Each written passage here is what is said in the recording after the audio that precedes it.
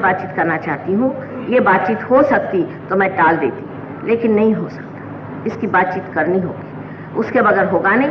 इसलिए मुझे क्षमा करें कि इसकी बातचीत मैं आपसे कर रही हूँ। मैं चाहती हूँ कि आप इससे परिचित हो जाएं। इसे हम आधि दैविक और आधि भौतिक इस दो नामों से जानते हैं। अब इसके लिए कोई उर्दू में शब्द नहीं है क्योंकि इस पर इस्तेमाल नहीं हुआ, लेकिन हम ये कह सकते हैं कि आधि दैविक वो है जिसे हम राइट साइडेड कहते हैं। जब आदमी राइट साइडेड बहुत ज़्यादा हो जाता है, जब वो बहुत एग्रेसिव हो जाता है, या जब वो धर्म के मामले में भी सोचता है कि मैं इस शक्ति को प्राप्त करूं, उस शक्ति को प्राप्त करूं, मुझे ऐसी शक्ति मिलनी चाहिए जिससे मैं पृथ्वी के तल में क्या है या और गुप्त चीजें कहाँ हैं, कहाँ गुप्त धन छिपा हुआ है, इस तरह की बातें जो आदमी बहुत प्रयत्न करता है उसके ऊपर इसका असर आ जाता है। इसे हम आधि दैविक कहते हैं। ये राइट साइड में होती है जो कि पिंगला नाड़ी से परे जो हमारे अंदर जगह बनी हुई उस जगह में होती है। इसे सुप्रा कॉन्शियस एरिया कहते हैं। ये सुप्रा कॉन्शियस एरिया जो है हम सबके अंदर बसा है। जब आदमी इस तरह से बहुत एग्रेसिव हो जाता है तो जो लोग अपने महत्वाकांक्षा एम्बिशंस को लेकर के मरे हुए हैं, ऐसे बहुत से साइंटिस्ट हो सकते हैं और आर्किटेक्ट्स हो सकते हैं, डॉक्टर्स हो सकते हैं, ऐसे बहुत से लोग होते हैं जो कि ऐसी इच्छाएं लेके मरे हैं कि हम मर्क्यूरी से सोना बनाए, इस तरह बनाए, इस तरह की विक्षिप्त जिन्होंने अपनी इच्छाएं रखी हुई हैं, ऐसे जीव जब संसार में मरते हैं और उनका एग्रेशन पूरा नहीं होता तो वो इस एरिया में हमारे रहते हैं, जिसे कि हम सुप्रा कॉन्शियस से परे उसके नजदीक ही जो कलेक्टिव सुप्रा कॉन्शियस है, जिसे कि आप सामूहिक सुप्रा कॉन्शियस कह सकते हैं या जिसे आप सामूहिक भविष्य कह सकते हैं, जहां सारे भविष्य को मानने वाले लोग जो भविष्य से लड़ते रहे, जिन्होंने भविष्य के सहारे संसार जीता है, ऐसे सब लोग यहाँ स्थित रहते हैं। जितने भी कुछ ऐसे प्राणी थे, जितने भी कुछ ऐसे पक्षी थे, जितने भी कुछ इस तरह के जंगल थे या इस तरह के आप कहिए पत्ते थे, फूल थे, जो कि दूसरों पे एग्रेशन करते थे, दूसरों पे आक्रमण करते थे, ऐसे सारे के सारे इस जगह स्थित है, सारे हमारे अंदर स्थित है। ये जगह हमारे अंदर बनी हुई। ये सुप्रा कॉन्शियस एरिया में जा करके आप ऐसी चीजों को जान सकते हैं जैसे कि LSD नाम की जब चीज आप ले लें तो आप पे ये असर आ जाता है और आप उसे देख सकते हैं। नानाविध आपको रंग दिखाई देंगे, ये सब सुप्रा कॉन्शियस है। बहुत से लोगों को एकदम से कहीं क्रॉस दिखाई दे देता है, कहीं किसी को प्रकाश दिखाई दे देता है, कहीं कुछ इस तरह की चीज दिखाई देना माने आप वहां नहीं। और ऐसे लोग करते करते फिर ये भी जानते हैं कि अब कौन आने वाला है, मुझे हंच आया ये साहब आने वाले हैं। या ऐसे आदमियों को ये भी होता है कि हाँ मुझे पता है वो वहां क्या कह रहे हैं, उनका मुझे पता है। इनको मराठी में हमारे यहाँ मन कवड़े कहते हैं, शायद हिंदी में भी कोई शब्द होगा कि जो बैठे बैठे ही बता सकते हैं कि वहां क्या हो रहा है और वहां क्या हो रहा है। अब इसके जानने से परमात्मा को जाना कैसे जाएगा? परमात्मा का स्थान तो यहाँ पर सुपर कॉन्शियसनेस, यहाँ पर हमें जाने का है और हम राइट साइड में चले जाते हैं और सोचते हैं कि हमें बहुत कुछ सब आ गया। इस मामले में कुछ तांत्रिक होते हैं जो राइट साइडेड होते हैं। जैसे आप उनके पास जाएंगे तो वो आपको बता देंगे कि आप कौन सी नौकरी के लिए आए हैं, जो आपका फ्यूचर जो आपके दिमाग में सारा फ्यूचर बता देंगे। लेकिन दूसरी जो साइड है वो इससे भी डेंजरस है। राइट साइड तो है क्योंकि उससे हिटलर जैसा आदमी हुआ और उसको ऐसे लोगों ने मदद की कि जो बहुत एम्बिशियस थे वो उनके मदद में आए, उन्होंने इन लोगों को पकड़ लिया और इनकी बुद्धि पर ऐसा जाल डाल दिया कि ये देख नहीं पाए कि ये इंसान है और हम भी इंसान हैं। इनको गैस चैम्बर में मारने से क्या हम बच सकते हैं? ये भी तो हमारा एक हिस्सा है। लेकिन वो ऐसा कुछ जाल उस वक्त फैल गया, ये जो जिसे कहना चाहिए मृत जो लोग हैं, जो मरे हुए ऐसे बड़े बड़े एम्बिशियस लोग हैं, उन सब ने उस वक्त मदद की। और ऐसे लोग ने आज भी हर जगह अपने अपने केंद्र खोले। जैसे कि बड़े बड़े कोई डॉक्टर्स मर गए जिन्होंने कुछ उनकी डिस्कवरी रह गई। जैसे लंदन में एक लेट डॉक्टर लैब की एक इंस्टीट्यूशन है, वो मर गए, स्वयं नहीं है, उनका इंस्टीट्यूशन उनके बाद बना।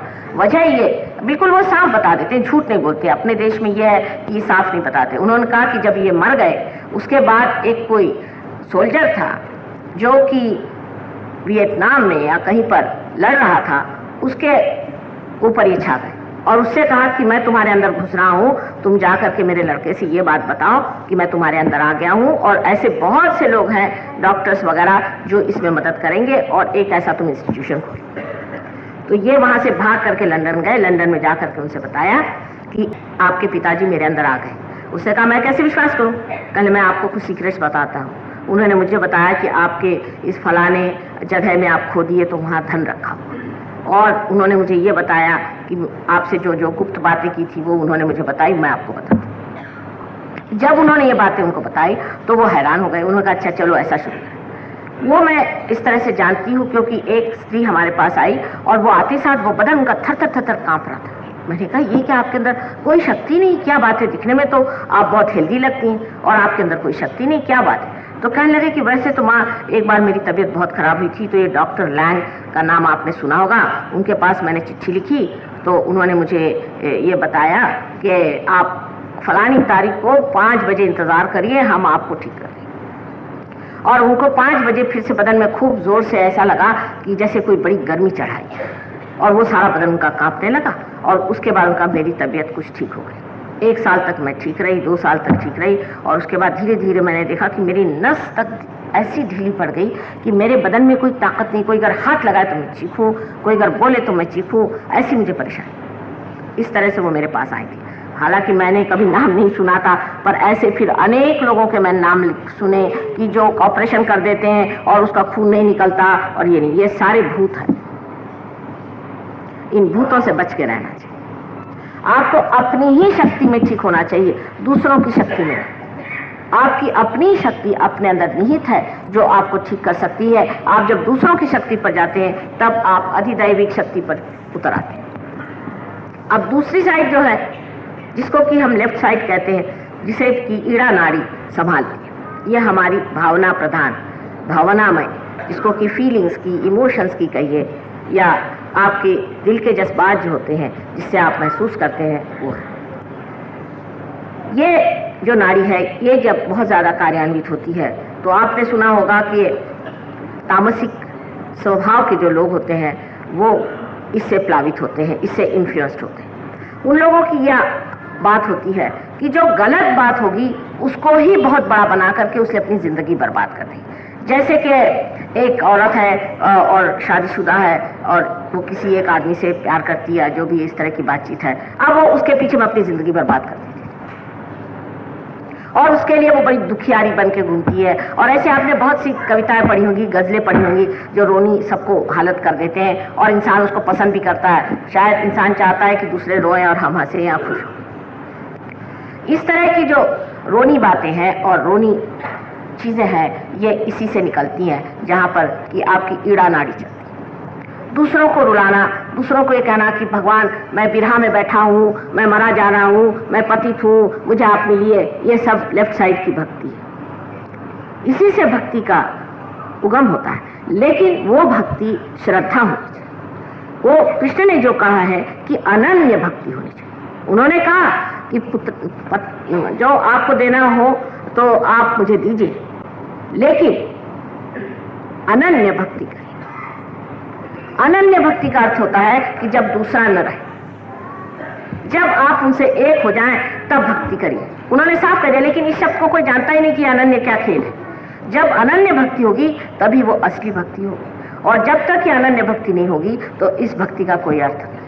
और यही बात है कि लोग बस गाते रहते कि भगवान हम तुमसे कब मिलेंगे, और उसके लिए रोते रहेंगे, अपना सर पीटेंगे, भूखे मरेंगे, सर एक पैर पे खड़े रहेंगे। ये सब करने की जरूरत नहीं है, कोई जरूरत नहीं। ये तो परमात्मा को दुख देने की बात है कि आप बेकारी में अपना सर पीट रहे हैं। आपने सुना होगा कि बहुत से लोग हैं वो मातम करते। मैंने देखा है एक बार मुल्तान में, इतनी भयंकर चीज है वो कि देखते ही बदन पे ऐसा लगता है कि जैसे पता नहीं कैसे मेरे ही ऊपर कोई कोड़े मार रहा है। लेकिन ये सब दिमागी जमा खर्च जो है, ये ऐसा आया हुआ है कि इंसान सोचता है कि जितनी भी हम दुख उठाएं उतनी अच्छी बात है। ये सब आपकी लेफ्ट साइडेड भक्ति, ये श्रद्धा नहीं। श्रद्धा उसे कहते हैं जहां अंधकार, जहां आपने जाना, जहां आपने अनुभव पाया, उस जगह जो भक्ति होती है वो श्रद्धा है, और नहीं तो इसे फिर आप ये कहें कि अंधविश्वास। विश्वास भी वही होता है जहां आपने अनुभव लेकर के विश्वास किया, लेकिन बगैर अनुभव के कोई भी चीज का विश्वास कर लेना, उसके लिए शब्द है अंधविश्वास। जैसे अंग्रेजी में कहते हैं ब्लाइंड फेथ। एक होता है फेथ, एक होता है ब्लाइंड फेथ। अगर ये दो चीज नहीं होती तो दो शब्द नहीं आते। और इसलिए क्योंकि मनुष्य जब इस लेफ्ट साइड में जाता है तो उसको बड़ा मजा आता है कि वो अपने को सताए। जो राइट साइडेड होता है वो दूसरों को सताता है, तो उसको समझता ही नहीं कि इसमें तकलीफ क्या है। और जो लेफ्ट साइडेड होता है वो खुद ही अपने को सताता है, और उसको शायद अच्छा लगता हो, पता नहीं क्यों वो सताते ही रहता अपने को, रोएगा और दुख मानेगा, और उसको दुख मानने में ही अच्छा लगता है। ये तामसिक प्रवृत्ति जो हमारे अंदर है ये इतनी ज्यादा बढ़ गई है कि कभी कभी मेरी समझ नहीं आता कि इन दोनों के बीच जो ये सुषुम्ना नाड़ी है ये कब ठीक होगी। एक तो लोग ऐसे हैं जो कि बिल्कुल परमात्मा को मानते ही नहीं, परमात्मा नाम की कोई चीज ही नहीं है, हमको कोई मतलब ही नहीं है, हाँ ठीक है होंगे कहीं बैठे होंगे। और दूसरे लोग ऐसे हैं कि जो मानते हैं वो ये कि जब तक हर एक पंडित जी के सामने सर न झुकाएं, इस सर को सिजदा करना मना है। ये सर जो है ये कोई हर एक आदमी के सामने सिजदा करने के लिए नहीं बना हुआ कि आप जाकर हर एक के सामने अपना सर रखें। यहाँ एकादश रुद्र की शक्तियां हैं।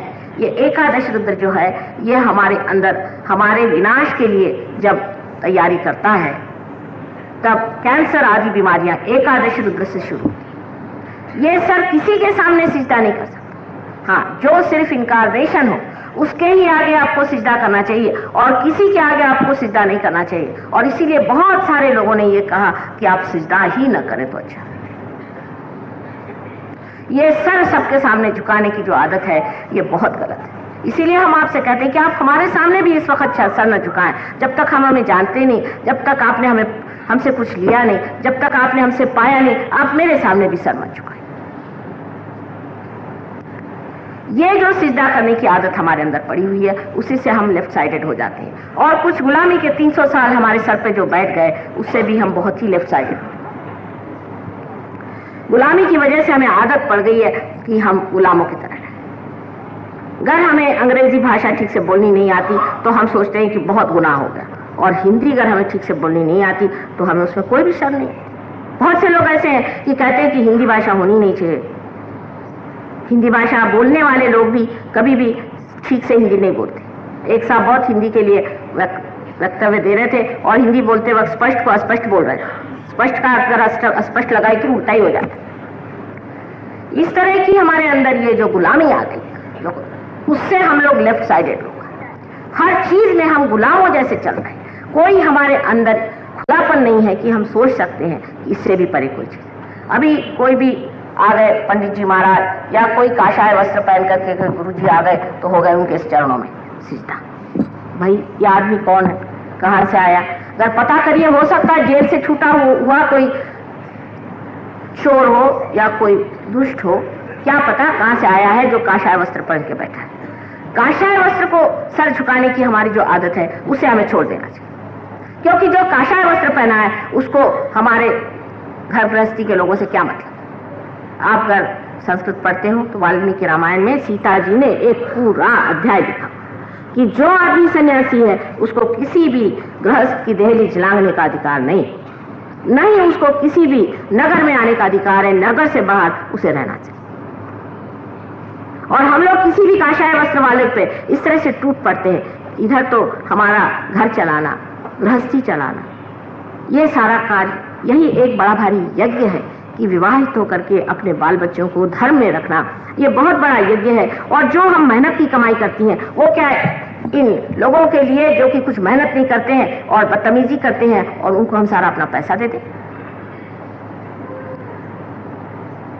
मैंने आपसे पहले कहा कि सहयोग ये समाजोन्मुख है। आपको आश्चर्य होगा कि अगर कोई काशाय वस्त्र पहन के आए तो उसे हम रियलाइजेशन नहीं दे पाते, क्योंकि झूठ है, मिथ्या बात है कि आप काशाय वस्त्र पहने। अगर आप सन्यासी हैं तो आप अंदर से सन्यास में।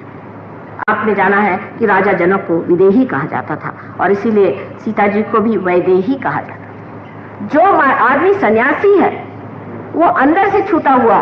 क्या गुरु नानक साहब ने विवाह नहीं किया था? क्या तुकाराम ने विवाह नहीं किया था? जो लोग 40 साल से ऊपर तक रह गए सबने विवाह किया, लेकिन जिनकी बहुत ही पहले मृत्यु हो गई उन्होंने विवाह नहीं किया और किसी कारणवश विवाह नहीं किया हो। या बुद्ध जो थे, बुद्ध ने भी जिस वक्त अपनी पत्नी को छोड़ा तब वो ये सोचते थे, उस वक्त ये सोचते थे कि पत्नी को छोड़कर संसार त्याग करके और संन्यास लेकर के वो परमात्मा को पाएंगे। उन्होंने उस वक्त समझा नहीं कि इसकी जरूरत नहीं, लेकिन जिस वक्त उन्होंने परमात्मा को पाया तो सहज वो एक पेड़ के नीचे लेटे हुए थे, सहज में ही पाया।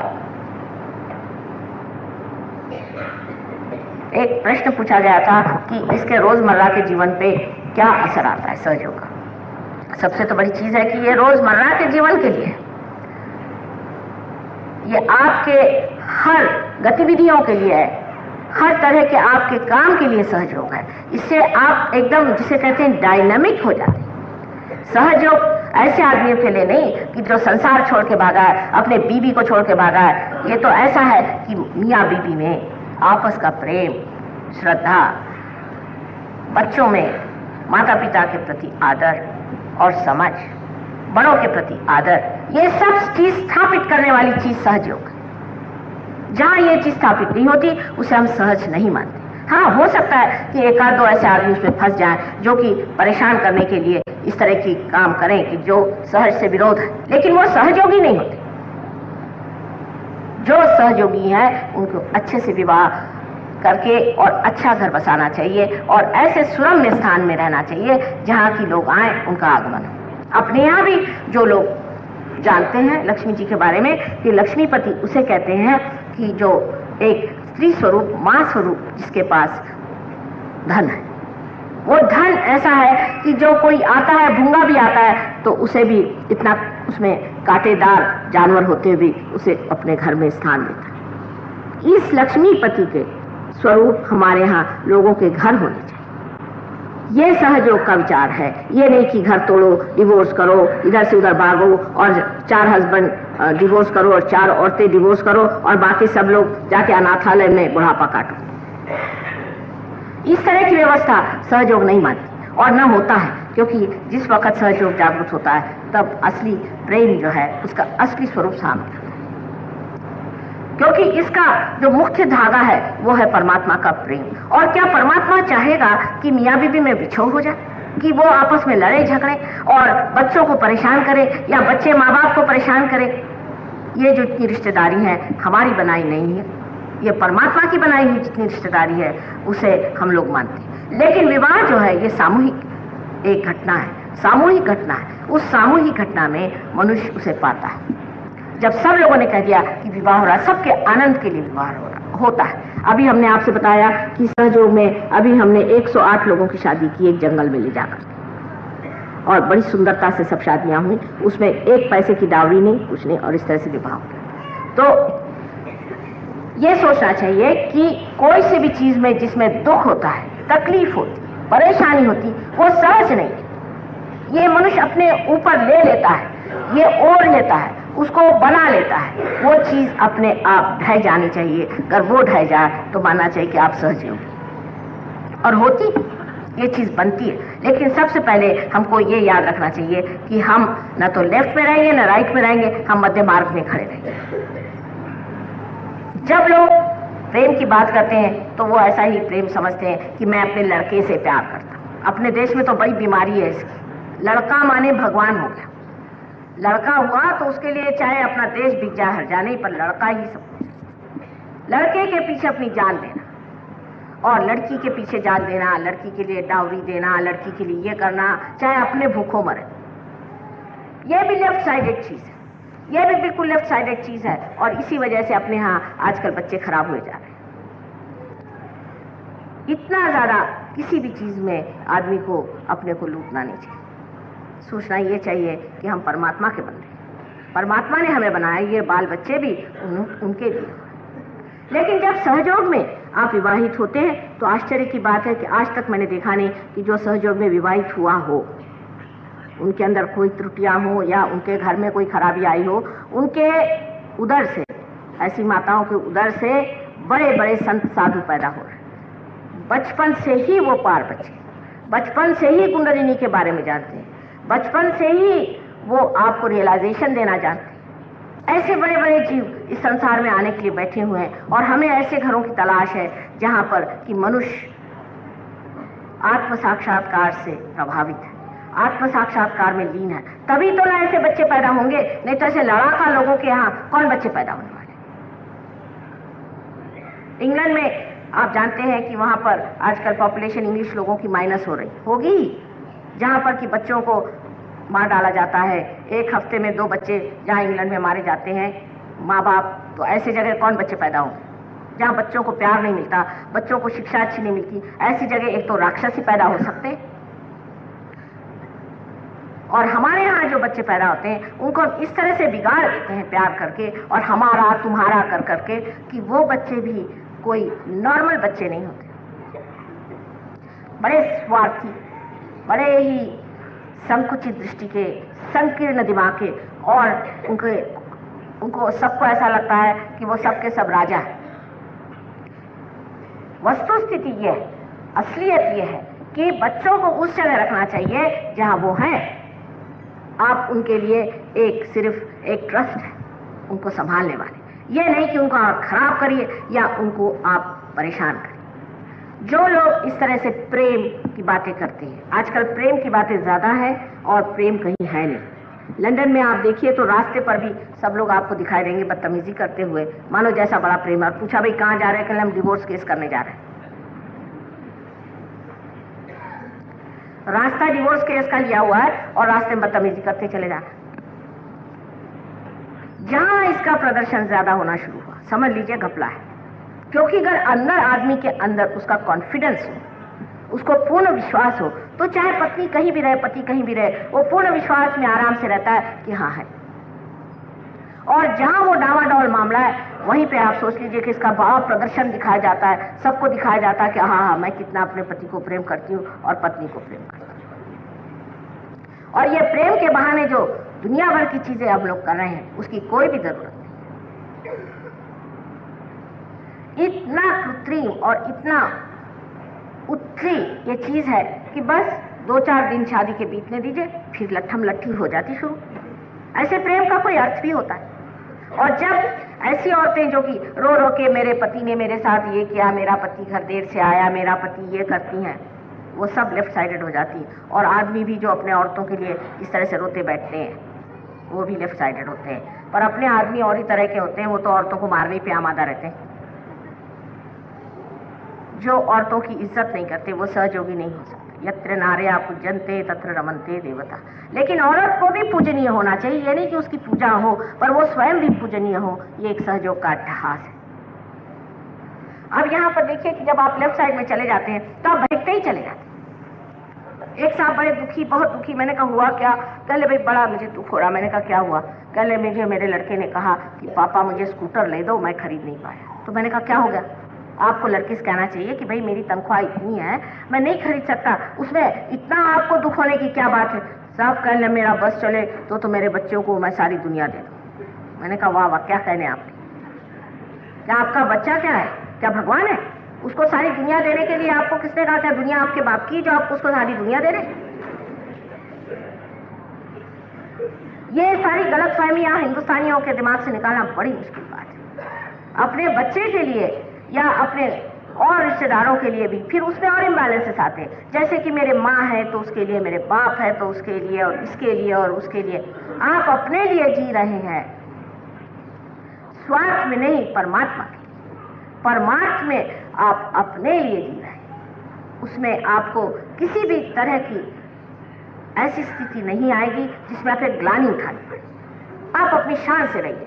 कोई होगा अपनी जगह, अपनी शान से रहना चाहिए कि मैं भगवान के दरबार में बैठा हूँ। ठीक है, जो मेरे दरबार में आए, परमात्मा के दरबार में आए, वही मेरे रिश्तेदार। एक बार ईसा मसीह को किसी ने आके बताया कि तुम्हारे बहन और भाई बाहर आए। ईसा मसीह ने कहा कि कौन मेरे भाई और कौन मेरी बहन? सवाल पूछा। अब वो वही कह सकते हैं जो कि उस स्थिति में कौन मेरे भाई, कौन मेरी बहन। मतलब ये कि जो मेरे साथ परमात्मा के दरबार में बैठे वही मेरे भाई, वही मेरे बहन, वही मेरे रिश्तेदार, और बाकी जो है उनकी रिश्तेदारी क्या, वो तो मतलब ही लोग हैं जो रिश्तेदारी जोड़े पड़े।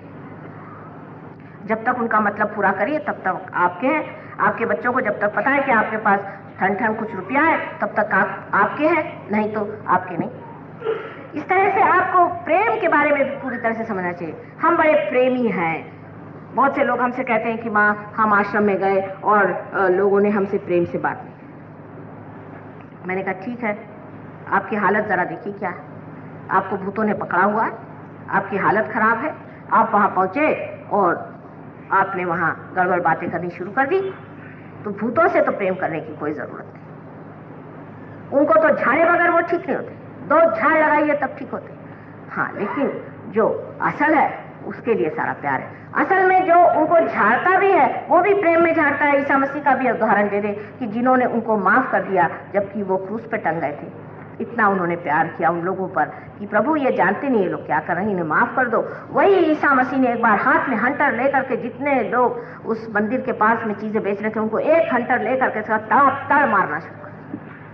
और बहुत बार मेरा भी ऐसा मन करता है जब मैं मंदिरों में देखती हूँ और मस्जिदों में देखती हूँ कि उसके बाहर लोग बाजार हाट करते बैठते हैं और वो मंदिर में ऐसी चीजें बेचते हैं जैसे कि हनुमान जी के मंदिर जाइए तो वहाँ हार आप देंगे, वो खरीद लीजिए, फिर आके फिर वही बिकता है।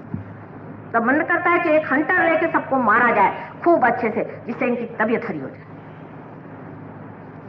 लेकिन जो भक्त लोग हैं वो तो सोचते हैं कि वो हार बेचने वाला उसके भी पैर छू लूं, फिर एक पत्थर दिखाई दिया उसके भी पैर छू लूं, फिर कहीं और कुछ वहां भी पैर छू लूं, वहां भी 2 रुपए दे दूं, वहां भी 4 रुपए दे दूं, वहां भी 5 रुपए।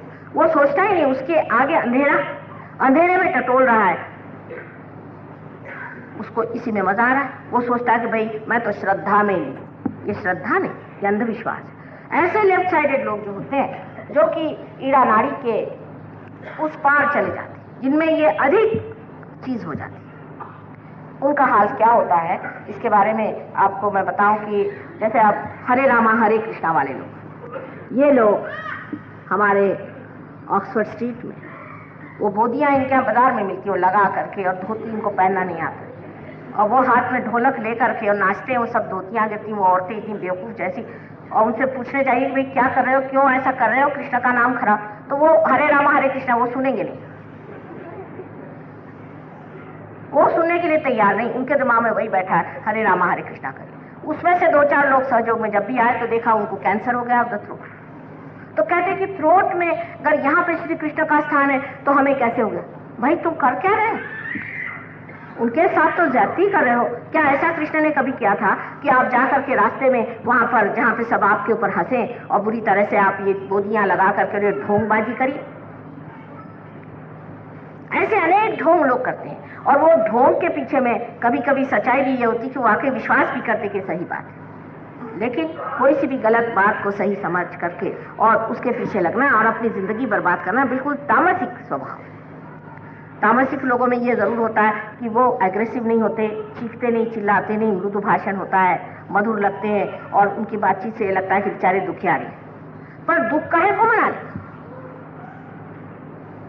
एक बार सूरदास जी वल्लभाचार्य जो कि बड़े पहुंचे पुरुष थे उनके पास पहुंचे और वहाँ उन्होंने अपना शुरू कर दिया कुछ कहना, तो उनको बड़ा आश्चर्य हुआ। उनका कि काहे गिगिया बताओ, गिगियाने की क्या जरूरत है जब परमात्मा आनंद स्वरूप है, जिसके बारे में मैं कल बताऊंगी। जब वही सब कुछ सुख देने वाले हैं और वो चाहते हैं कि आप सुख लें, तो किस लिए आप दुख मना रहे हैं? और ऐसे दुख मनाने वाले लोग जब अपनी मर्यादाओं को लांघ जाते हैं, लेफ्ट साइड में चले जाते हैं, तो वो सामूहिक सुप्त चेतना जिसे कलेक्टिव सबकॉन्शियस कहिए उसमें चले जाते हैं।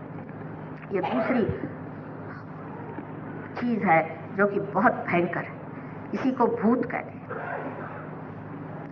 अब इसको डॉक्टर लोग कहते हैं प्रोटीन 58 और प्रोटीन 52, क्योंकि उनको भूत कहने में जरा अड़चन जाती है।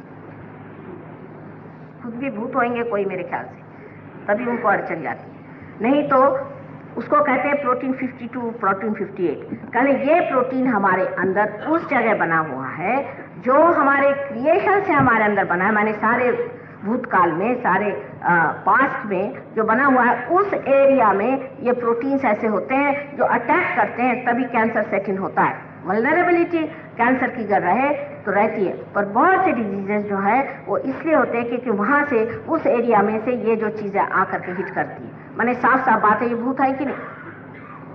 जब से क्रिएशन हुआ है तब से हमारा जब से क्रिएशन हुआ है तब से हमारे अंदर जो जगह बनी हुई है, माने कौन सी जगह है उनको मालूम नहीं, तब कैंसर सेटल होता है। तो जो लोग इस तरह के सर झुका के चलते हैं, ऐसे लोगों को कैंसर की बीमारी पहले होगी। ये तामसिक लोगों पर पहला असर करती है। पहले तो जो आदमी बहुत ज्यादा दौड़ता है, बहुत ज्यादा मेहनत करता है और बहुत ज्यादा अपनी सिंपैथेटिक नर्वस सिस्टम को चलाता है, उसको वल्नरेबल हो जाता है, माने उसको इंतजामात उसके पास हो जाते हैं। और जब कभी भी वो ऐसे गलत आदमी के सामने सर झुकाता है, नहीं समझ लीजिए पॉलिटिशियन है, खास पॉलिटिशियन लोगों की खासियत कि बड़े वो दौड़ेंगे, ये करेंगे, वो करेंगे, उसके बाद देखा किसी को कि कोई है आदमी पोजीशन का, सर झुका लिया, गए। ऐसा आदमी अपनी तैयारी कर लेता है कि किसी के सामने उसने इस तरह से सर झुकाया और अगर उसके अंदर भूत हो तो वो जरूर पकड़ा जाएगा, उसको कैंसर की बीमारी। ये सिंपैथेटिक नर्वस सिस्टम का चलना जो है, ये हमारे अंदर चलता ही है, क्योंकि जब कोई सी भी इमरजेंसी आती है तो सिंपैथेटिक नर्वस सिस्टम इस्तेमाल करते हैं। जैसे कि हमें दौड़ना है तो दौड़ते वक्त हमारा हृदय जोर जोर से चलने लगेगा, हमारे दिल में धड़कन जोर से होने लगेगी, यानी हम चाहें तो हमारे दिल की धड़कन हम बढ़ा सकते हैं। यह सिंपैथेटिक नर्वस सिस्टम से होता है। लेकिन जिस वक्त वो अपने आप ठीक रास्ते पे आ जाता है, अपने आप वो संतुलित हो जाता है, वो किससे होता है? वो पैरासिम्पैथेटिक से होता है। और जिस वक्त हम लोग बहुत ज्यादा सिंपैथेटिक में चले जाते हैं तो हमारी लेफ्ट और राइट साइड अगर इस तरह से और बीच में अगर सुषुम्ना नाड़ी है और left and right hand side इस तरह से है तो ये हिल जाए, और ये अगर हिल गई तो हमारा जो संबंध पूरे से, होल से है, जो हमारे ब्रेन के साथ संबंध है, वो टूट जाता है।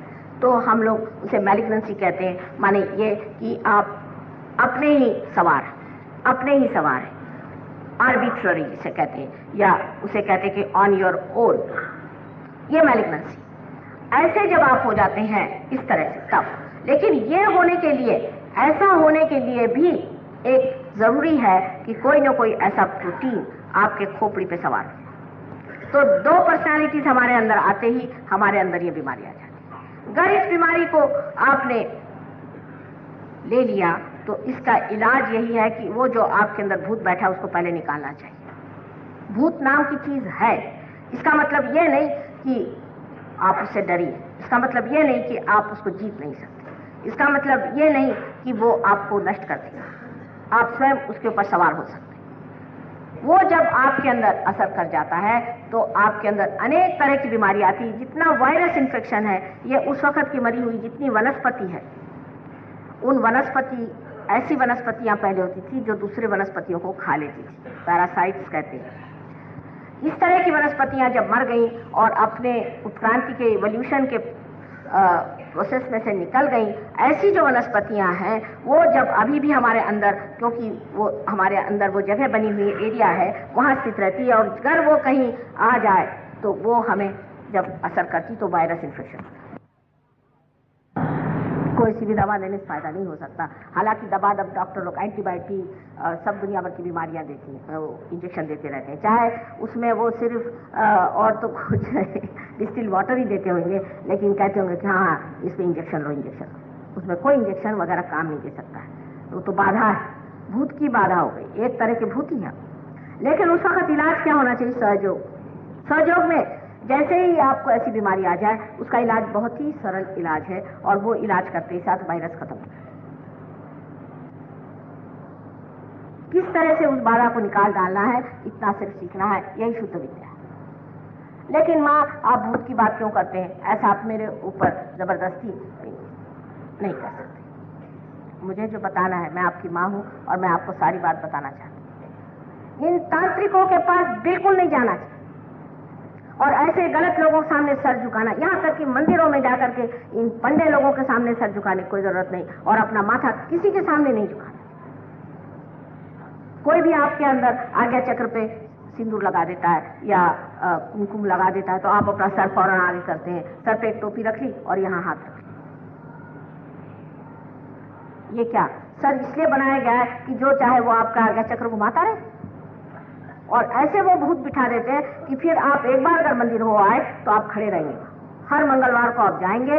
इतना ही नहीं, वहां अगर 5 मिनट की भी अगर क्यों होगी तो भी आप जाएंगे। लेकिन अगर कहे कोई सहयोग में आप 10 मिनट ध्यान करो तो नहीं करने वाले। वो चक्कर बन जाते, वो चक्कर शुरू हो जाते। फिर वही चीज है कि आपको है कि नहीं गए, अरे भाई ये काम नहीं, ये नहीं।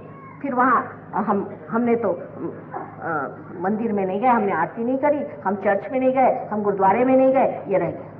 सब कुछ हमारे अंदर है, हमारे ही अंदर परमात्मा है। पहले उसको पा लीजिए, फिर आप जानिएगा कि आप क्या शानदार चीज है और अपनी शान को आप कहां गिरा रहे हैं। पहले जब तक आपने अपने को पाया नहीं, तब तक ये सारे करने में या तो आप लेफ्ट को जाएंगे या तो आप राइट को जाएंगे। पहले अपने अंदर ज्योत जला लीजिए, फिर आपको पता होगा कि आप प्रकाश की ओर जा रहे हैं कि अंधकार की ओर जा रहे हैं। पहले ज्योत जलाना, सबने कहा है कि अपने अंदर ज्योत जला लीजिए। मुझे एक बताइए जो पहुंचे पुरुष हो, उन्होंने ये बात न कही। आज मैं वही कह रही हूं कि पहले अपने अंदर ज्योत जला लीजिए, नहीं तो लेफ्ट साइड का मूवमेंट जो है ये बड़ा डेंजरस है। फिर अगर आपने इन भूतों की बात मानी, वो आपके दिमाग में बहुत से खुराफात भरते हैं, ऐसा करिए वैसा करिए, झगड़े लगाइए। एक अगर भूता घर में हो तो उसका किसी से नहीं पटने वाला। ये जितनी भी हमारे यहाँ खुराफातें होती हैं, ये तंबाकू से भी होती है। जो आदमी झूठ बोलता है तंबाकू से, मैंने देखा झूठ बोलता है। शिवाजी महाराज के जमाने में महाराष्ट्र में तंबाकू बिल्कुल चीज नहीं थी और कोई झगड़ा नहीं हुआ, सब लोग बड़े अच्छे से रहे, आपस में प्रेम रहा। और उनके लड़के के पास कोई सुनते हैं कि यूपी से कि कहीं से एक कब्जी कलूषा नाम का आदमी गया, वो तंबाकू का पहला प्लांट लेके गया था। उसने वहां तंबाकू लगाई और लोगों ने तंबाकू खाना शुरू कर दिया। तंबाकू खाते ही आदमी झूठ बोलने लग जाता है, क्योंकि लेफ्ट विशुद्धि उसकी पकड़ जाती, चक्र पकड़ जाता है, यहाँ कोई भूत बैठ जाती है। तंबाकू ये भूत है, राक्षसीन है। इसको भगवान ने इसलिए अभी तक जीवित रखा है कि आपके यहाँ अगर कुछ ऐसे वैसी चीजें लग जाए आपके पेड़ में, तो तंबाकू के पानी से वो मर जाती है। एक भूत को दूसरा भूत मारता है, इसलिए अभी तक वो जीवित है। पर कभी उन्होंने ये नहीं कहा कि आप खाइए। मुसलमानों के जमाने में जब मोहम्मद साहब थे तब तंबाकू थी नहीं तो वो बता जाते कि तंबाकू न खाइए, तंबाकू मत पीजिए।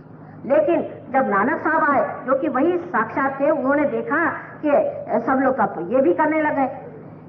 मुसलमान लोग सोचते हैं कि क्योंकि मोहम्मद साहब ने नहीं बताया तो शराब तो नहीं पिएंगे, लेकिन तंबाकू लेने में कोई हर्ज नहीं। तो वो आए, उन्होंने कहा भाई अच्छा रहने दो, अभी तुमने नई चीज निकाली, अब तंबाकू भी मत। वो लोग कोई आपकी बुराई के लिए नहीं बताएंगे, आपको सताने के लिए नहीं बताएंगे, लेकिन आपको बचाने के लिए बताएंगे। अब जब निकल आई है बात कि तंबाकू खाने से कैंसर होता है, तब लोगों को खोपड़ी में आती बात, कुछ ना कुछ इन्होंने जो कहा था कि तंबाकू को नहीं लेना। लेकिन हम ये नहीं कहेंगे कि सिगरेट मत पीजिए, हमारा तरीका और है। हम ये कभी नहीं कहेंगे आप मत पीजिए, लेकिन सहयोग के बाद आप नहीं पिएंगे। एक बार हमारे गली में आ जाइए, फिर देखते हैं आप सिगरेट कैसे पिए। ये माँ का तरीका। आपकी जब जागृति हो जाएगी, आप सिगरेट पिएंगे ही नहीं, आपको अच्छा ही नहीं लगेगा, मन ही नहीं करेगा। और अगर पीजिएगा तो खांसते खांसते हालत खराब जाएगी, दूसरे दिन आप सिगरेट सारे उठा फेंकेंगे, तो कैंसर कैसे होगा? सहयोग ऐसी चीज है कि आपके अंदर ही धर्म धारणा करता है। हम ये नहीं कहते कि आप शराब मत पीजिए, हम नहीं कहते, लेकिन सब लोग शराब छोड़ देते हैं अपने आप ही। सब लोग अपने आप छोड़ देते हैं, हम कहते नहीं, क्योंकि जिन्होंने कहा उनके जो शिष्य लोग वो ऐसा पीते हैं कि समझ में नहीं आता कि इन लोग से जो कहा वो शायद उनके ऊपर चढ़ाई करने के लिए ही इतना डबल लोग पीते। माफ करिए, मैं लंदन में रहती हूँ, मुझे आश्चर्य होता है कि सबसे ज्यादा मुसलमानों के और सिखों के यहाँ बार लगे हुए हैं, सबसे ज्यादा। अंग्रेजी सभ्यता में एक बात है कि घर के अंदर कभी कोई बार नहीं बनाता, उसके लिए पब में जाना होता है। लेकिन अगर आप किसी भी मुसलमान या किसी भी सिख के घर जाइए तो शान से दिखाएगा, देखिए साहब मेरा कैसा पब है, उसमें सारी चीजें बनी हुई हैं। मुझे आश्चर्य होता है, जिनको मना कर गए वही चीज वो लोग करते हैं। जैसे हिंदुओं से बता गए कि सब में एक ही परमात्मा बसे हुए हैं, वही इन्होंने जातियां बनाई और जाति बना करके तू ब्राह्मण तू शूद्र, ये सब दुनिया भर की चीज बनाई, जो कि फिर एक तामसिक बड़ा भारी नुकसानदेह चीज। सिर्फ 3 जाति संसार में है, तामसिक, राजसिक और सात्विक। इसके अलावा कोई जाति नहीं है। 14,000 वर्ष पूर्व जो मार्कंडेय स्वामी हो गए, वो लिख गए हैं कि या देवी सर्वभूतेषु जाति रूपेण संस्थिता। यही 3 जातियां देवी की हैं, जो महाकाली, महालक्ष्मी, महासरस्वती।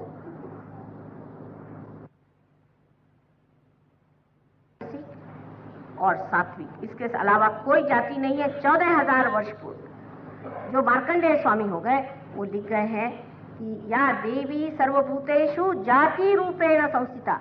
यही 3 जातियां देवी की हैं, जो महाकाली, महालक्ष्मी, महासरस्वती।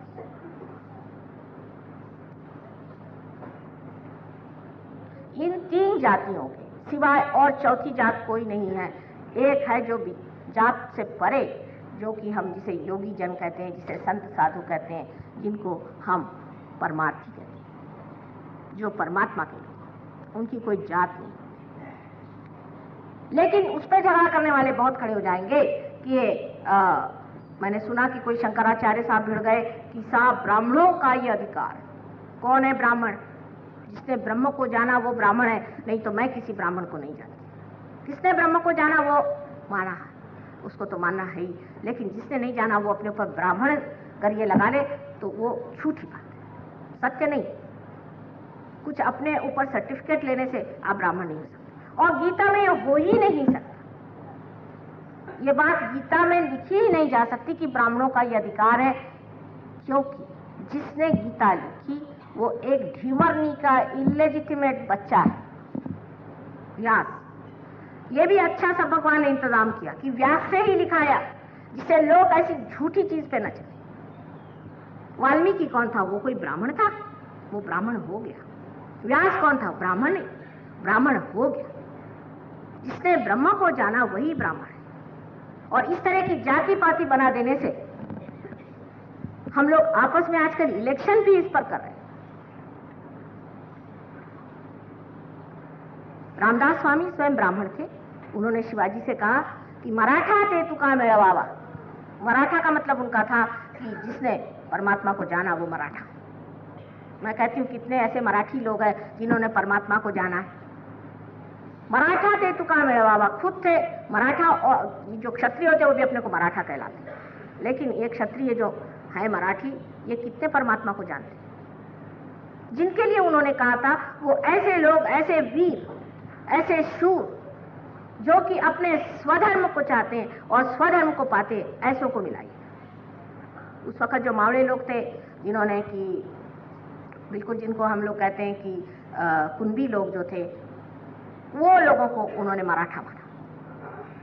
और शिवाजी खुद जिस वक्त उनका राज्याभिषेक हो रहा था तो इन ब्राह्मणों ने ये बात उठाई कि इनका राज्याभिषेक कैसा होगा, ये जात के कुंभी है, और अब जो राज्य पे बैठे सब लोग हैं ये सब क्या ब्राह्मण जाति के हैं, और ब्राह्मणों को अधिकार नहीं राज्य पे बैठने का। अगर उस हिसाब से देखा जाए तो कि ब्राह्मण राज्य नहीं कर सकते, ये तो सिर्फ क्षत्रिय कर सकते। फिर ये कैसे चल रहा है?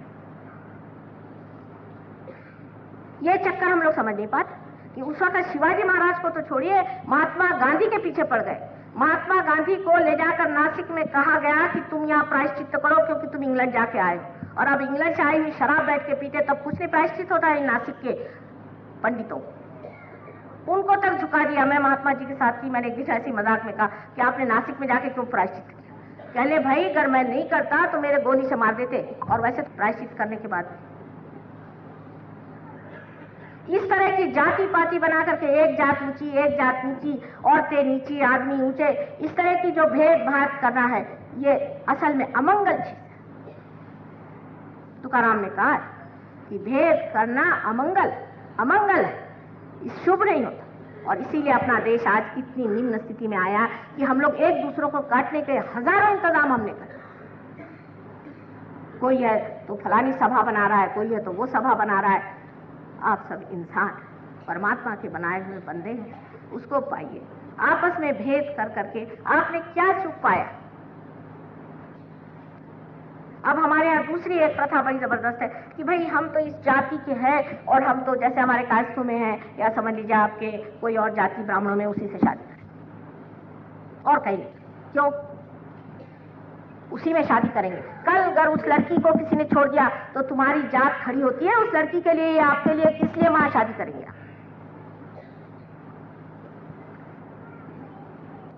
कल अगर आपके साथ कुछ जाति हो गई तो कौन सी जाति आज तक खड़ी हुई है आपके साथ में? क्यों इस जाति पाति को लेकर चल रहे हैं? ये बड़ी झूठ जात है। यह आपकी जात नहीं, आपकी सिर्फ 3 जात है, और जो चौथी है उसमें जब आ जाते हैं तो इसका विचार नहीं होता। ये विश्व धर्म है। जब आप योगी जन हो गए तो आप विश्व धर्म में आ गए, और वही विश्व धर्म आ जाने की जरूरत है। ये विश्व धर्म जो है ये सारे तत्वों का सार, सारे धर्मों का सार। ये जो बड़े बड़े लोग हो गए, जो हमारे यहाँ बड़े बड़े इनकारनेशंस हो गए, जो संत हो गए, ये सारे आपस में रिश्तेदार हैं, आपको पता नहीं। ईसा मसीह ने कह दिया था कि those who are not against me are with me. वो कौन है? ईसाई लोग जाकर के पूछे कि वो कौन है। ये सारे आपस में रिश्तेदार हैं। इसकी रिश्तेदारी उन्होंने बताई नहीं, क्योंकि लोग फिर शक करने लगेंगे। सारों की आपस में रिश्तेदारी है। अगर आप कहिए कि मोहम्मद साहब कौन थे, तो वो सीता जी के पिता जो राजा जनक थे वही थे, और वही नानक साहब, और नानक साहब की जो नानकी थी वही सीता जी थी। अगर आपको और आगे बताएं तो आप लोगों को हैरानी हो जाए। ये सारे रिश्तेदारी है, और इस रिश्तेदारी को हम आपको सिद्ध करके दे सकते हैं, क्योंकि जो सत्य होता है तब उस वक्त आपके अंदर चैतन्य बहेगा। जिस वक्त आप पूछेंगे क्या ये बात सत्य है, तो चैतन्य आपके अंदर से बहना लगेगा, तो आप समझ लेंगे कि बात सच है। सच और झूठ को आप इसी एक दशा में जान सकते हैं जहां आपके हाथ में चैतन्य बहता है। उससे पहले सच और झूठ दो ही तरह का होता है। एक तो झूठ को आप सच मान लेते हैं, और या तो सच और झूठ को ही नहीं समझ पाते। जो सात्विक होता है वही समझ पाता है धीरे धीरे, लेकिन जब तक आप योगी जन नहीं होते पक्की पूरी तरह से एब्सोल्यूट एकमेव कि यही सत्य है, ये वही जान सकता है जो योगी जन है। और जो योगी नहीं है वो नहीं जान सकता। वो चाहे कितना भी कहे कि यही सत्य है, वो हो सकता है कि इत्तेफाक से सत्य निकल आए, असत्य भी निकल सकता है, लेकिन जो सत्य है वो सिर्फ आप चैतन्य से ही जान सकते हैं। अब किसी ने कहा कि यहाँ स्वयंभू है, यहाँ स्वयंभू श्री गणेश। कैसे जाना स्वयंभू है? किसी ने कह दिया तो मान लिया। किसने कहा? किसी न किसी बड़े संतों ने कहा होगा कि ये स्वयंभू, किसी फकीर ने कहा ये स्वयंभू है। स्वयंभू का मतलब यह है कि जो इस पृथ्वी तत्व से बाहर निकला है। बहुत से लोगों ने इसकी बात इसलिए नहीं करी, निराकार ही की बात करी, क्योंकि जैसे ही आप किसी भी एक डेटी की, देवता की बात करते हैं तो लगे उसी को पूजने। जैसे कि फूलों की आप अगर बात करें तो लोग लगते हैं कि फूलों के पीछे। तो लोगों ने सोचा कि फूलों की बात न करें, शहद की बात करें, मधु की बात करें कि मधु को लेना है। जिन्होंने मधु की बात करी वो भी बात रह गई, जिन्होंने फूलों की बात करी वही फूलों की बात रह गई। तो फिर क्या किया जाए? आपको मधुकर होना चाहिए। आप जब तक मधुकर नहीं होंगे आप उस मधु को पी ही नहीं सकते। आपको बदलना होगा, आपका परिवर्तन होना है, आपका दूसरा जन्म होना है। जब तक आप वो नहीं होते हैं तब तक आप उस मधु को नहीं पा सकते। इन शब्दों के अंदर छिपे हुए मधु को आप नहीं पा सकते। आप सिर्फ वही गा रहे हैं, बोल रहे हैं, पढ़ रहे हैं, उस मधु को आप पा नहीं रहे। उस मधु को पाने के लिए आपको वो होना चाहिए जिसे मधुकर कहते हैं। अपने देश में तमस इतना भरा हुआ है, इतना भरा हुआ है कि उसका कोई अंत नहीं। और इस तमस से निकलने के लिए सबसे अच्छा तरीका एक ही है कि आप पहले सब चीज भूल करके, जो कुछ आपकी कंडीशनिंग हुई है, जो भी कुछ आपके अंदर भरा गया है, जो संस्कार भरे हैं, उसको 1 मिनट के लिए भूल जाइए और पहले अपनी जोत जला करके फिर देखें कि इसमें के सुसंस्कार कौन से हैं और कुसंस्कार कौन से। इसी का फायदा इस दुष्ट फ्राइड ने उठाया कि लोगों ने सबको संस्कारित कर दिया, क्योंकि वहां तो एक और भी गंदा काम लोगों ने किया कि कैथोलिसिज्म शुरू कर दिया। उसमें नन्स बना दिए, ये बना दिए, वो बना दिए, जबरदस्ती का राम राम, शादी नहीं करना, ऐसे अजीब से कपड़े पहन के घूमना। उसके प्रतिक्रिया, उसके रिएक्शन में वहां पर ये फ्राइड साहब आसीन हो गए। उन्होंने कहा ये सब कंडीशनिंग है, इसको छोड़ो। तो ये कंडीशनिंग को छोड़ो तो आप फिर क्या रह जाते? आप अहंकार रह जाएंगे। अगर आप में ये चीज नहीं रहेगी तो दूसरी चीज है अहंकार। या तो आप अहंकारी अभिमानी हो जाएंगे और या तो आप कंडीशन बिल्कुल झुके हुए आदमी की जो कह रहे हो चलो बैल, जैसे खाने में बैल लगाया जाता है उसकी 2 झापड़े रहती, उसी तरह से आप गोल गोल गोल गोल घूम रहे हैं, उसमें से निकाला कैसे? ये झापड़ और ये बैल का घाना जो है सभी छूट जाता है जिस वक्त आप स्वतंत्र हो जाते हैं। आपके स्व का तंत्र जब जागृत हो जाएगा तो तभी आप यही सब संत साधु ने कहा है। हमेशा कहा है, और ये भी कहा कि ये कार्य कलयुग में ही होने वाला है। इसीलिए घोर कलयुग आया है और इसीलिए आज इतने लोग परमात्मा को खोज में हैं। पहले कोई इतने लोग मिलते थे? सब लोग तो संतों को मारने पे आमार, सबको छला सताया, परेशान किया और कुछ नहीं किया। जब तक वो जीवित रहे तब तक उनको माना नहीं। जब वो मर गए तब हाँ जरूर उनके लिए ये बनाओ वो बनाओ, सब दुनिया भर की चीज बना करके और धर्म स्थापना करी। आप जानते हैं ज्ञानेश्वर जी को कितना परेशान किया। जिन्होंने परेशान किया उन्होंने आज उनके मंदिर बनाए। और हमने एक बार उनसे कहा कि हमें आपके हॉल में आप प्रोग्राम के लिए दीजिए। कहले नहीं, यहाँ कैसे हो सकता है, यहाँ तो हम सिर्फ हमारे वो ऐसे नाचते हैं वो लेकर के ले जी। उनका दिंड्या, यहाँ दिंड्या करिए तो आप होगा। मैंने कहा कि जो ये बैठे हैं जिनका यहाँ पुतला है, ये क्या दिंड्या करते थे? तो कहले वो तो पहुंचे हुए थे और हम लोग तो दिंड्या ही करते, हम यहाँ ध्यान नहीं करते। ये हमारी दशा आज आ गई है कि धर्म की विकृति इस तरह हम लोगों ने मान ली है कि लोगों को ये शंका हो रही कि क्या ये धर्म है कि अधर्म है। फिर अगर धर्म है तो धर्म का कोई सिलसिला ही दिखाई नहीं देता। आपस में कोई प्रेम नहीं, कोई आनंद नहीं, कोई उल्लास नहीं, कुछ नहीं। ये है क्या चीज? ये भारत भूमि जो कि महान योग भूमि है, उस देश में ये हाहाकार, ये आफत, क्योंकि हमने सही रास्ता नहीं लिया।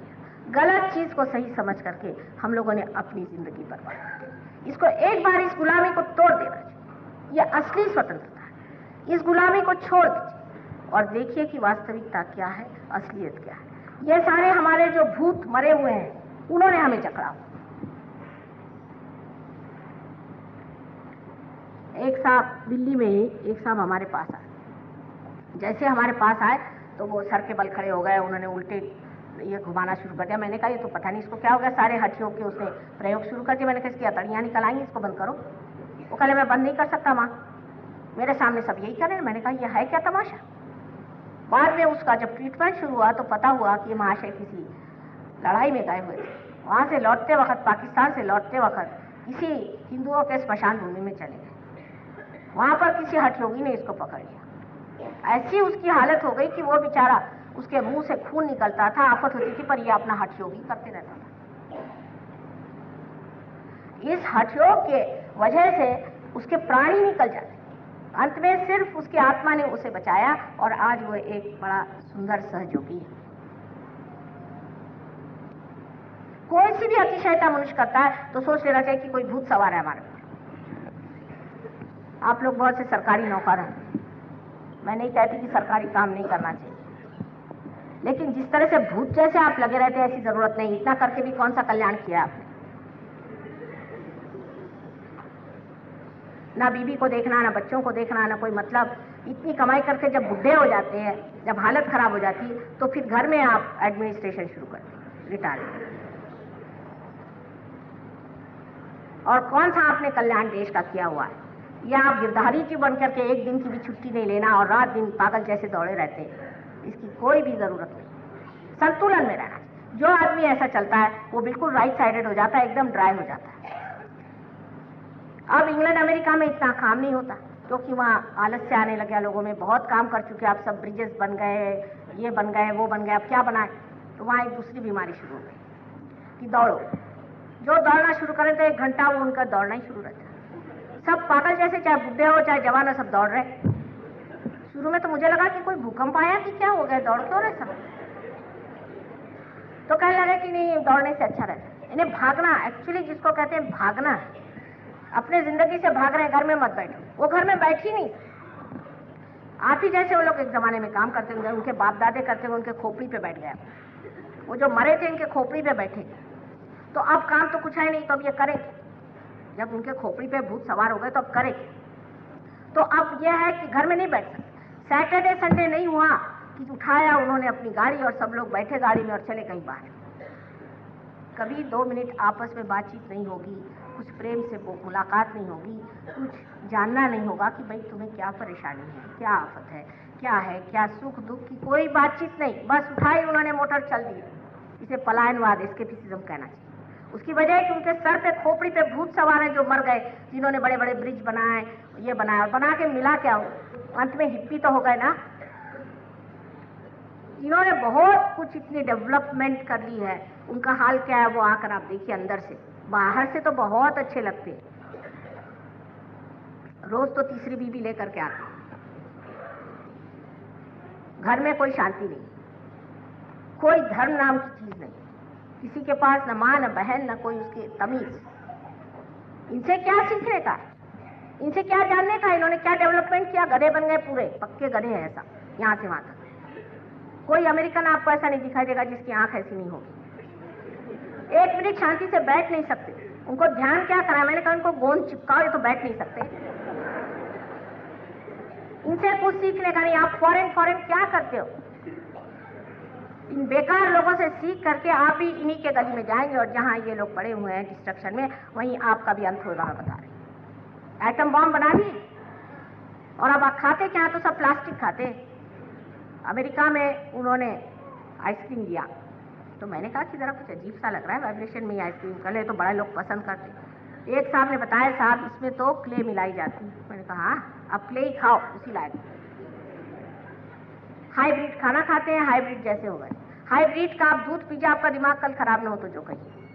हाइब्रिड गाय आपको मालूम है कैसी होती है? हाइब्रिड गाय को ये नहीं पता होता कि ये मेरा बच्चा है कि दूसरे का है। अपने यहाँ अगर गाय का बच्चा हो जाए और वो अगर मर जाए तो गाय दूध नहीं लेगी, उसका दूध बंद हो जाता है। उनको तो होश ही नहीं कि बच्चा कौन है। अगर आप इनकी जो मुर्गियां हैं उनको पाल के देख लीजिए, कुछ स्वभाव उनका देखिए कि अपने यहाँ अगर कोई मुर्गी हो और उसके छोटे छोटे चिक्स हो, तो जरा से कोई ऊपर से चील आ जाए तो फट से अपने बच्चों को अपने पास ले लेती है।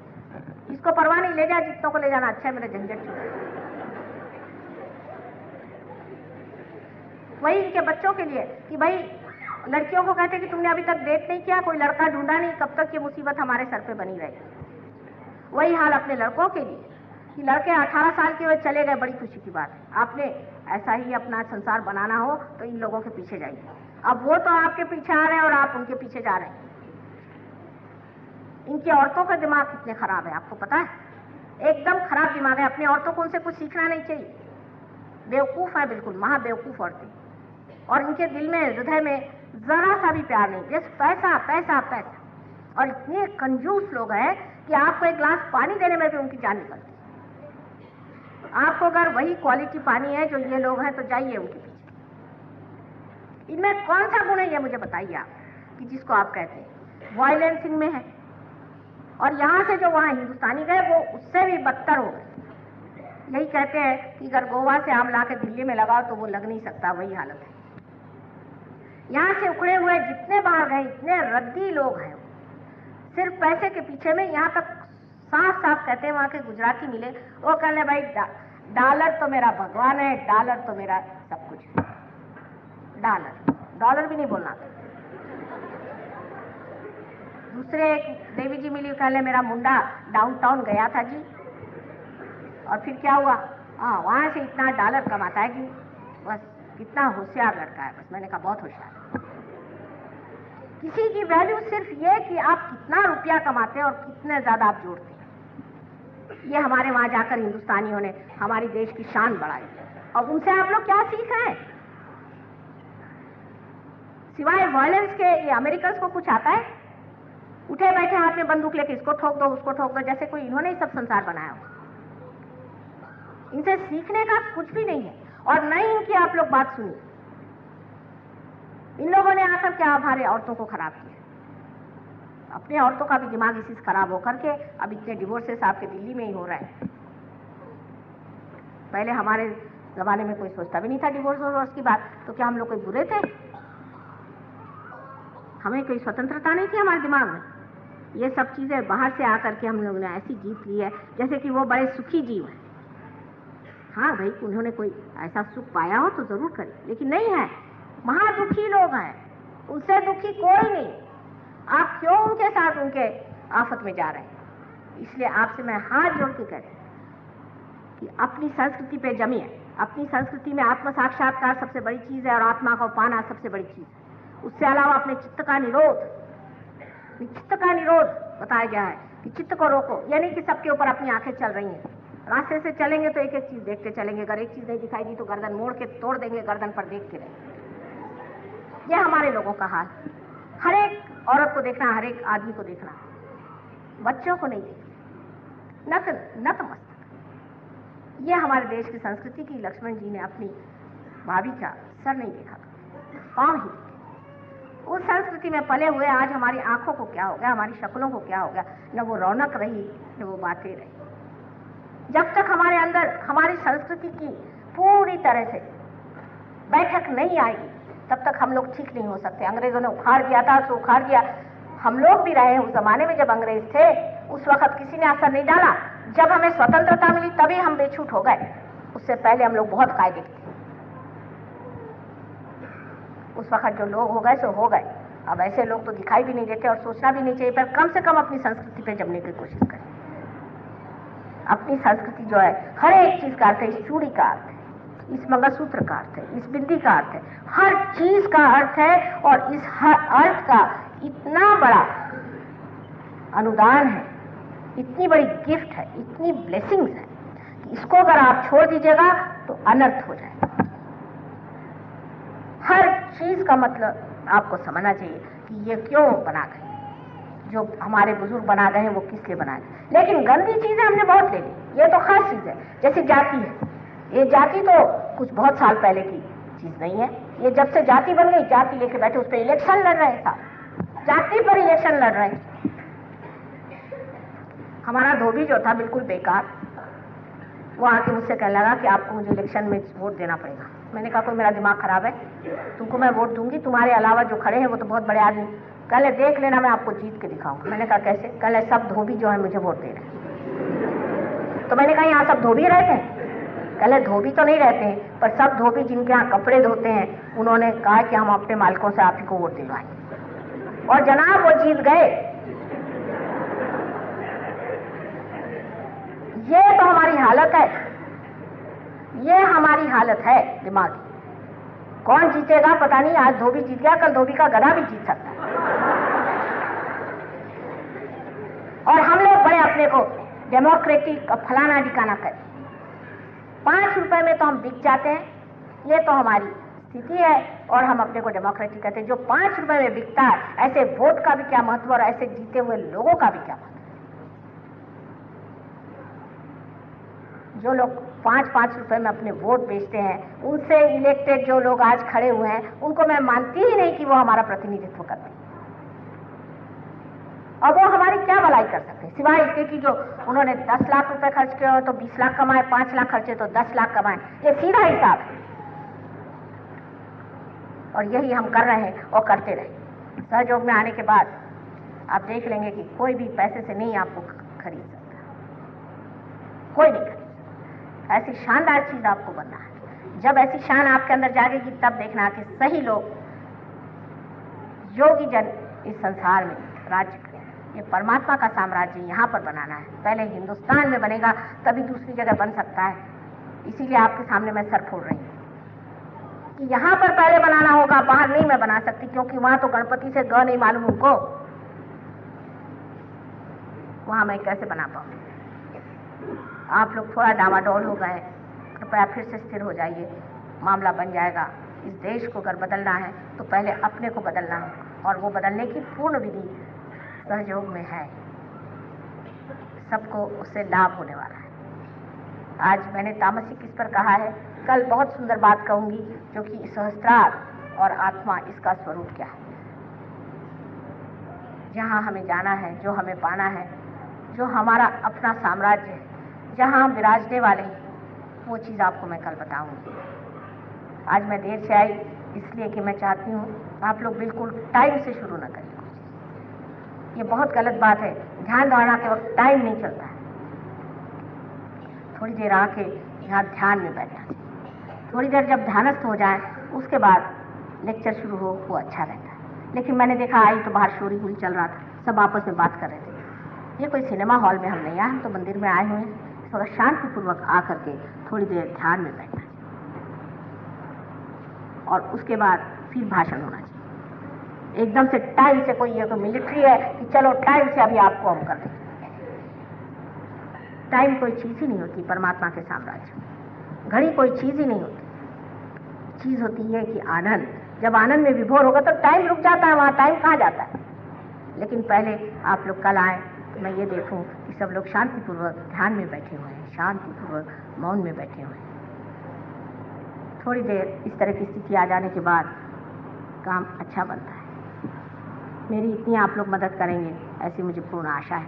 आज फिर से हम थोड़ा सा सहयोग का प्रयोग करेंगे, उसके बाद आप लोग घर पे जा कर के इसके बारे में वाद विवाद न करते हुए शांतिपूर्वक इसका आनंद लें। कल फिर आपको मैं जो विशेष विषय है उसके बारे में बताऊं। कल आखिरी दिन है और कल आखिरी चक्र जो सहस्त्रार है उसके बारे में मैं आपको बताऊंगी और आशा है कि उसके बाद आप सहयोग में पूरी तरह से जम करके इस सामूहिक चेतना में जाकर सब अपने भेदभाव भूल करके, अपनी कंडीशनिंग भूल करके पूरी तरह से आप अपने साम्राज्य को स्थापित करें। सरल, बहुत सरल है और आप सब तैयार हैं। ये जो ब्रह्म नाड़ी है अपने अंदर, जो सबसे सूक्ष्मतम नाड़ी है, उससे उठती है और इसलिए ज़रूरी है कि शुरू में बहुत एहतियात रखना चाहिए, बहुत केयर करनी चाहिए कि जिससे ये हमारी जो उठी हुई छोटी सी सूक्ष्म, एक समझ लीजिए कि एक बार इतनी एनर्जी है जो उठी है और वो अनेक ऐसे मिल करके जैसे कि एक रस्सी बन जाती, इस तरह से कुंडलिनी हमारे अंदर है, उसमें से बिल्कुल सूक्ष्म सी ऊपर आ करके ब्रह्मरंध्र को भेजती है और जो उसके तंतु हैं वो भी उठने चाहिए। लेकिन आप घर जाते ही आपने और इधर उधर की बातें शुरू कर दी तो वो फिर से नीचे चली गई, वाइब्रेशंस फिर खत्म हो गए। इस चीज को पहले हमको उसको पाना चाहिए, पाने के बाद उसको संजोना चाहिए। जैसे एक अंकुरित छोटा सा अगर कोई प्लांट हो तो उसके अंकुर को बहुत ही जतन से रखना पड़ता है, बहुत जतन से रखना पड़ता है और अत्यंत प्रेम से और अपने प्रति श्रद्धा से अपने आत्म साक्षात्कार का भी विचार रखना चाहिए कि ये कितनी बड़ी चीज हमें मिल गई और इसे हम कैसे खो दें। इसे महान चीज कोई नहीं, यही पाना ही लक्ष्य है जीवन का। जब ये बात है तो उसको इस तरह से एकदम जैसे कि हो एक, अब हमारे लेक्चर में आ गए या सिनेमा चले गए, दोनों चीज एक नहीं समझनी चाहिए। तो घर जाकर के इस पे वाद विवाद ऊहापोह न करते हुए मनन दृष्टि से आप यहाँ पर अपना चित्त रखे और आराम से सो जाए तो ज्यादा अच्छा रहेगा। मैं देखती हूँ कल बहुत लोग पार होते फिर से वाइब्रेशन घट गए, लेकिन ऐसे भी बहुत मैंने देखे, एक बार पार हो गए तो हो गए, फिर मेहनत नहीं करनी पड़ती। ऐसे बहुत से लोग, खासकर देहातों में ऐसे लोग होते हैं कि बस विभोर, और आपको आश्चर्य होगा कि उनमें इतनी जल्दी प्रगति हो जाती है। एक साल मैं बैलगाड़ी में जा रही थी, वो मेरी बैलगाड़ी हाँक रहे थे, क्योंकि देहात में तो आप मोटर वोटर से जा नहीं सकते कभी कभी, तो मैं उनसे बातें करने लगी तो मुझे लगा कि साक्षात कबीर खड़ा। अरे मैंने कहा ये तुम कैसी बातें कर रहे हो, सर्वसाधारण मनुष्य इसी बात कैसे करा। कहने माँ मैं तो क्या बात कर रहा हूँ, तो मेरी आत्मा ही कह रही सब कुछ।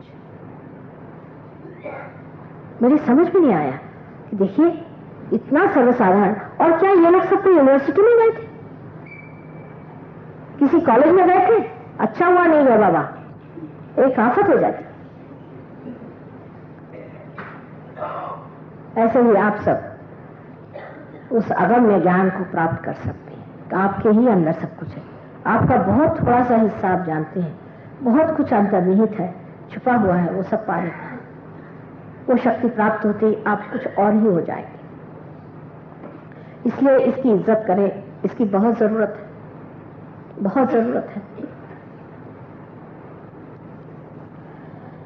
अब इसमें आप जानते हैं कि लेफ्ट हैंड जो है ये आपकी इच्छा शक्ति है और राइट हैंड आपकी क्रिया शक्ति है।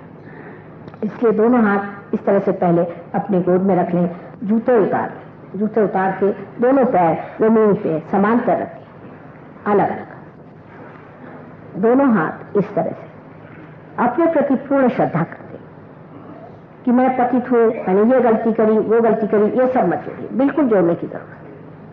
और आप अपने अकेले हैं और दूसरों की ओर इस वक्त नहीं देखना है कि दूसरे क्या कर रहे हैं, दूसरों का क्या विचार है। सब लोग ये कृपया करें, क्योंकि ये होता नहीं और उसके बाद अखबार में मेरे खिलाफ लिखते थे। ऐसे भी लोग हैं जो ध्यान में आते हैं सिवाय इसके कि देखने के लिए कि ये कौन, और उसके बाद जाकर के उनको होना ही नहीं कुछ, क्योंकि जब आप मुझे को देखना है, मुझको समझना कोई आसान चीज नहीं, और फिर आप लिख देते हैं अखबार में मेरे खिलाफ, तो फायदा क्या हो? इससे आप किसी का कल्याण तो नहीं करते। अपना पहले कल्याण कर लीजिए, फिर देखा जाएगा। कम से कम अपना तो कल्याण करना चाहिए। तो दोनों हाथ मेरी ओर ऐसा करें और दोनों पैर जमीन पर इस तरह से। ये ऐसी चीज है कि ये ज्ञान पहले आपको मालूम नहीं, लेकिन जब मालूम हो जाता है तब आपको पता होगा। अब लेफ्ट हैंड जो है इसमें इच्छा शक्ति है और राइट हैंड में आपकी जो है क्रिया शक्ति। इसलिए राइट हैंड हम इस्तेमाल करेंगे। राइट हैंड पहले हृदय पे रखेंगे, यहाँ के आत्मा मैं बताऊंगी आपको बार बार। फिर उसके बाद अपने पेट के ऊपरी हिस्से में जहां पर गुरु का तत्व है, उसके बाद पेट के नीचे के हिस्से में जहां शुद्ध विद्या माने परमात्मा का जो टेक्निक है, परमात्मा की जो कार्य प्रणाली है, उसका जो साइंस है, उसको चलाने का जो चक्र है वो। फिर उसके अलावा विशुद्धि चक्र जो कि यहाँ कंधे पर है। उसके बाद फिर माथे में यहाँ, फिर पीछे में। ये सब चक्रों के नाम आप किताब से जान सकते हैं। आज आप लोगों को ये लोग शायद किताब दे देंगे। और उसके बाद में आखिरी आपका हाथ सर पे यहाँ तालू पर, जहाँ पर कि बचपन में बहुत सॉफ्ट या नरम ऐसी जगह, वो जिनका हाथ वहाँ पहुँच नहीं पाता है वो उंगलियां रखें, पर इसे अगर रखा जाए तालू को तो अच्छा है। इतना सा है, उसमें कुछ ज्यादा परेशानी नहीं, कुछ नहीं। आप ही अपनी कुंडलिनी जागृत कर।